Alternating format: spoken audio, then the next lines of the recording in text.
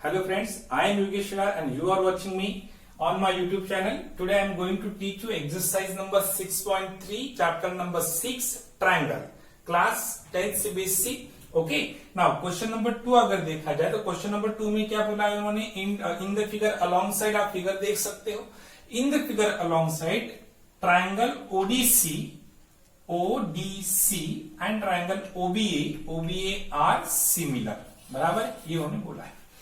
अब सबसे पहले वो दो ट्रायंगल अगर सिमिलर हो तो आपके दिमाग में दो रूल्स आने चाहिए. फर्स्ट वाला रूल आपका आएगा, if two triangles are similar corresponding angles are equal, and second rule corresponding sides are in proportion. समझ में आ रहा है मैं आप क्या बोलूं? If two triangles are similar then corresponding sides are in proportion and corresponding angles are equal. तो यहां पर वो रूल अप्लाई हो जाएंगे. बाद में angle BOC equal to 125 degree. BOC आप देख सकते हो, ये वाला बीओसी बराबर है. Angle CDO equal to 70, D angle है. देन हमें फाइंड करना है डीओसी. तो सबसे पहले डीओसी ही सोचते हैं. तो डीओसी अगर देखा जाए तो डीओसी ये वाला एंगल हमें क्या करना है, फाइंड करना है. अगर डीओसी आप फाइंड करोगे तो डीओसी फाइंड करते वक्त आपको हेल्प करने वाला है angle BOC. Why? Because DB is a straight line. DB क्या बन गई? Straight line. और अगर ओसी को मैंने ओसी अगर उसको इंटरसेक्ट कर रही हो एट द पॉइंट ओ, बराबर है, ओ में अगर उसको इंटरसेक्ट कर रही हो तो हम बोल सकते हैं angle DOC and angle BOC are angles in linear pair. समझ में आ रहा आपको? तो सबसे पहले मैंने लिख दिया यहां पर major of angle BOC is equals to 125 degree. That is given thing. बराबर है. Then angle BOC plus angle DOC is equals to 180 degree. Directly लिख दिया हमने. Why? इसको तो आपको सपोर्ट करना पड़ेगा कि यहां तक इन दोनों की एडिशन 180. क्यों? Because angles in linear pair. आप सपोर्ट करो linear pairs. Okay, so measure of angle BOC is equal to क्या है? 125. तो लिख दिया मैंने 125 डिग्री प्लस एंगल क्या बनेगा आपका? डीओसी इज इक्वल टू आएगा 180 डिग्री. अब आपको मेजर ऑफ एंगल फाइंड करना था डीओसी के साथ में क्या है आपका? 125 plus becomes minus after transposing the RHS. बराबर है. तो angle DOC is equal to 180 degree minus 125 degree. Therefore, measure of angle DOC is equals to 55 degree. तो आपको फर्स्ट एंगल मिल गया 55 डिग्री का, ये वाला 55 डिग्री. समझ में आ रहा है आपको? ओके, नाउ अब हमें फाइंड करना है डीसीओ. तो हम आ गए डीसीओ पे. तो ये वाला एंगल हमें हम फाइंड करना है. अगर डीसीओ हमें फाइंड करना हो तो सबसे पहले क्या हम सोच सकते हैं, डीओसी इज अ ट्रायंगल. बराबर. ट्रायंगल के दो एंगल तो हमें पता है 70 degree and 55 degree. We know that the sum of measure of all angle of a triangle is 180 degree. बराबर है. तो अगर ट्रायंगल के तीनों एंगल की सम आती हो 180 डिग्री तो इसका मतलब हम एंगल सम मेजर प्रॉपर्टी से मेजर ऑफ एंगल से फाइंड कर सकते हैं. तो मैंने लिखा in triangle DOC, measure of angle DOC is equal to, अभी हमने फाइंड करा 55 डिग्री. एंगल ओडीसी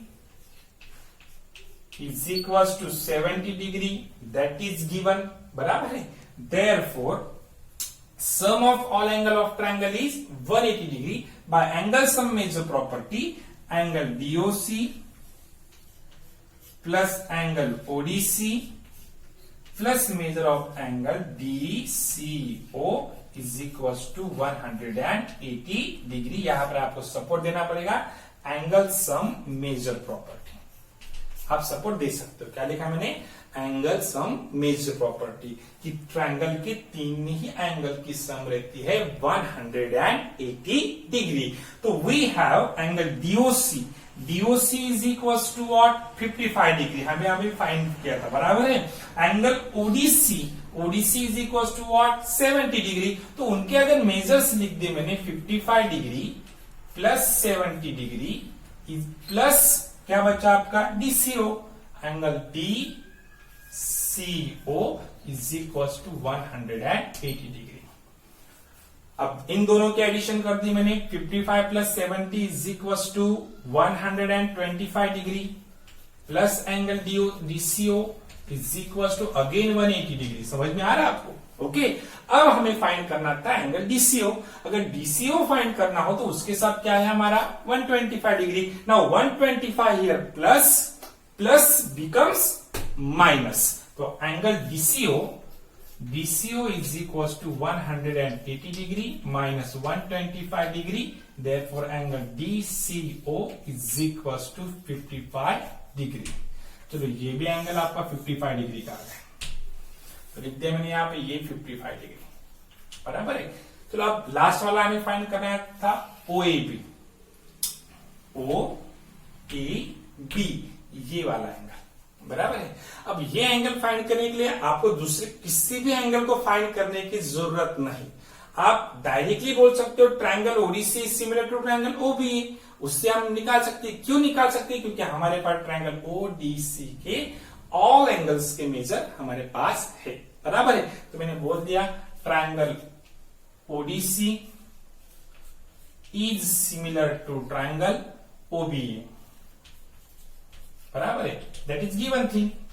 अब ये वाले ट्रायंगल अगर सिमिलर हो तो मैंने सबसे पहले आपको बोला if two triangles are similar corresponding sides are proportional and corresponding angles are equal. अब जो एंगल हमें फाइंड करना है उस एंगल का करस्पॉन्डिंग एंगल निकालो। हमें फाइंड करना था OAB, तो OAB हमें फाइंड करना है। OAB अगर फाइंड करना हो तो उसका करस्पॉन्डिंग एंगल कौन सा निकलेगा वो हमें फाइंड करना है यहाँ पर, बराबर है। तो हमने यहाँ पे लिखा देयरफॉर। तो A को करस्पॉन्डिंग कौन सा रहेगा? तो यहां पे अगर देखा जाए तो A को करस्पॉन्ड कौन सा है? एंगल C है। क्योंकि आपके पास 1-to-1 करस्पॉन्डेंस तो यही होगा। ODC similar to what? OAB।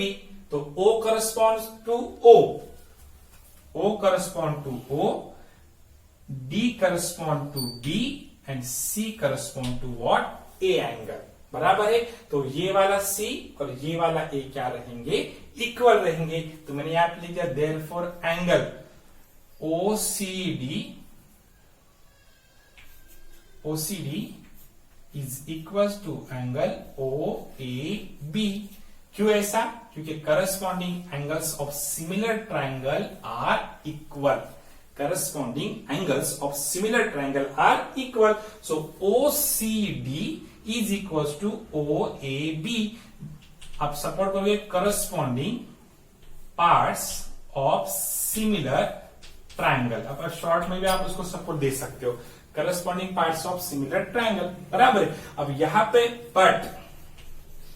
But measure of angle OCD is equal to angle OCD हमने फाइंड किया था 55 डिग्री। तो OCD is equals to 55 degree. If measure of angle OCD is equals to 55 degree and angle OCD equals to OAB, then measure of angle OAB is also 55 degree. चलो सारे angles के major क्या है आपके? 55 degree. आप answer में यहाँ पे लिख सकते हो। आंसर में आपको क्या करना है? सारे जो मेजर्स आपने निकाले वो आपको यहाँ पे लिख देने हैं। होप आपको ये प्रॉब्लम समझ में आया होगा। मिलते हैं नेक्स्ट वीडियो में नेक्स्ट प्रॉब्लम के साथ। तब तक के लिए